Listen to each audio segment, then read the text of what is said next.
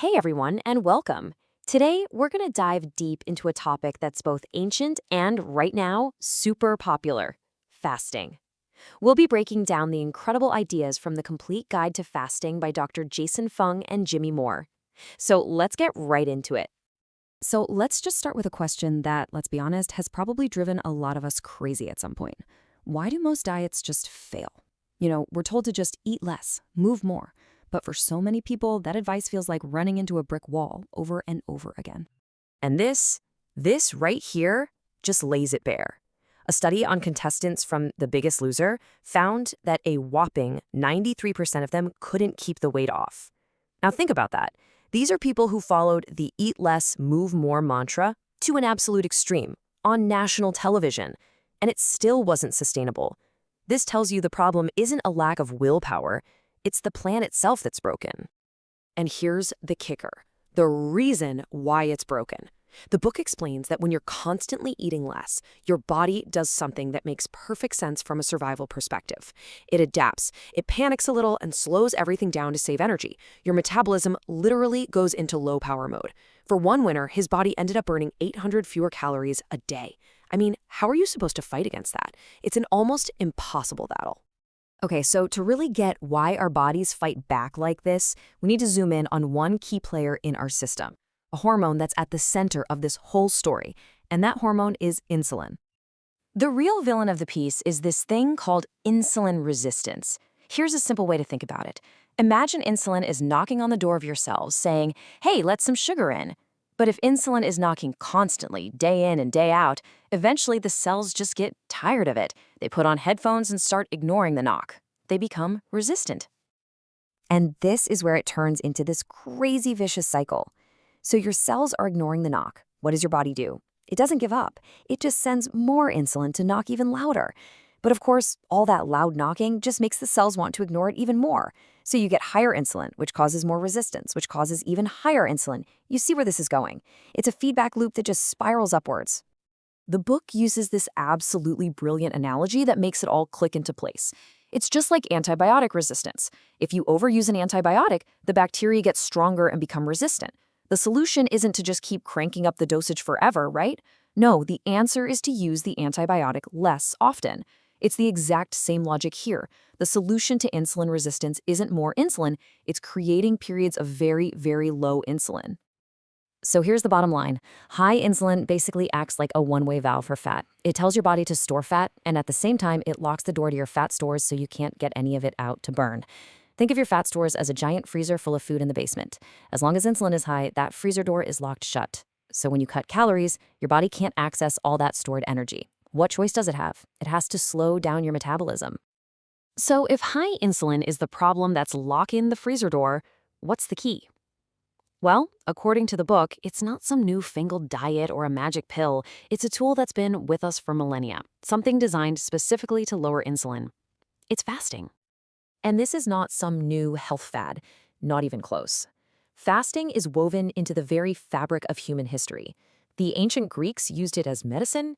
It's a central practice in pretty much every major religion on the planet. And get this, before insulin was discovered, the best medical treatment for diabetes was fasting. Doctors in the early 1900s were literally prescribing it. And it's not just ancient history. Even one of the sharpest minds in American history, Benjamin Franklin, he saw the power in it. He said it right there. The best of all medicines is resting and fasting. Okay, I get it. For most of us hearing this, the idea of not eating on purpose can sound a little crazy. And it brings up some pretty immediate fears. So let's just tackle the biggest myths head on. This is probably the number one concern, right? The big monster under the bed for anyone thinking about fasting. Won't I just be unbearably hungry all the time? It's a totally fair question. Well, here's the fascinating thing the book explains. Hunger doesn't just keep building and building until you explode. It actually comes in waves. And a lot of it is just habit.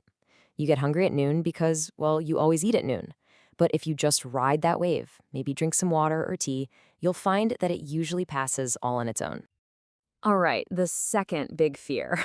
Wait a minute, you just told me that cutting calories slows your metabolism. So won't fasting, which is 0 calories, completely wreck it? It sounds logical, right? Yes, but this is the absolute key difference. Chronic dieting, where you're just eating a little bit less all the time, signals scarcity to your body, so it slows down. Short-term fasting does the opposite. Your body releases hormones like adrenaline. Think about it from an evolutionary point of view.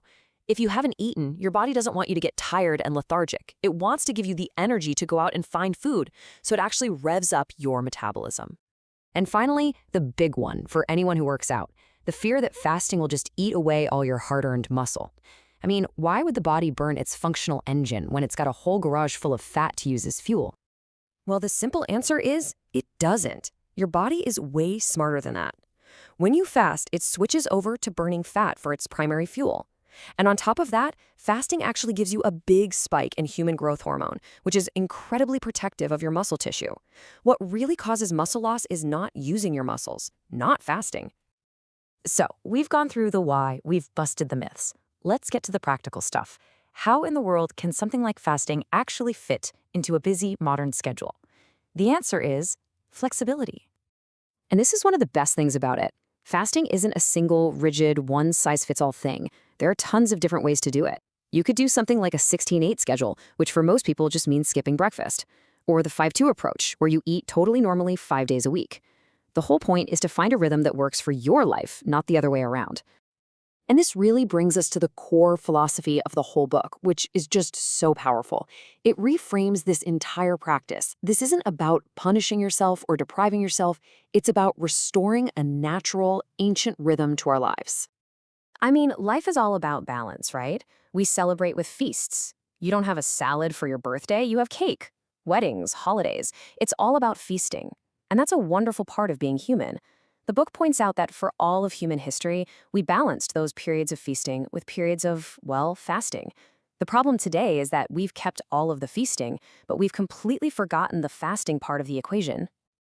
And this quote from Dr. Fung just nails it. It's so simple, so elegant, and it really captures the entire idea in one sentence. It's about bringing that balance back. And so that's the final thought we're left with. In this modern world where we're constantly searching for the next high-tech solution to our health problems, could it be that one of the most powerful answers has been right here with us the whole time, just forgotten? Something to think about.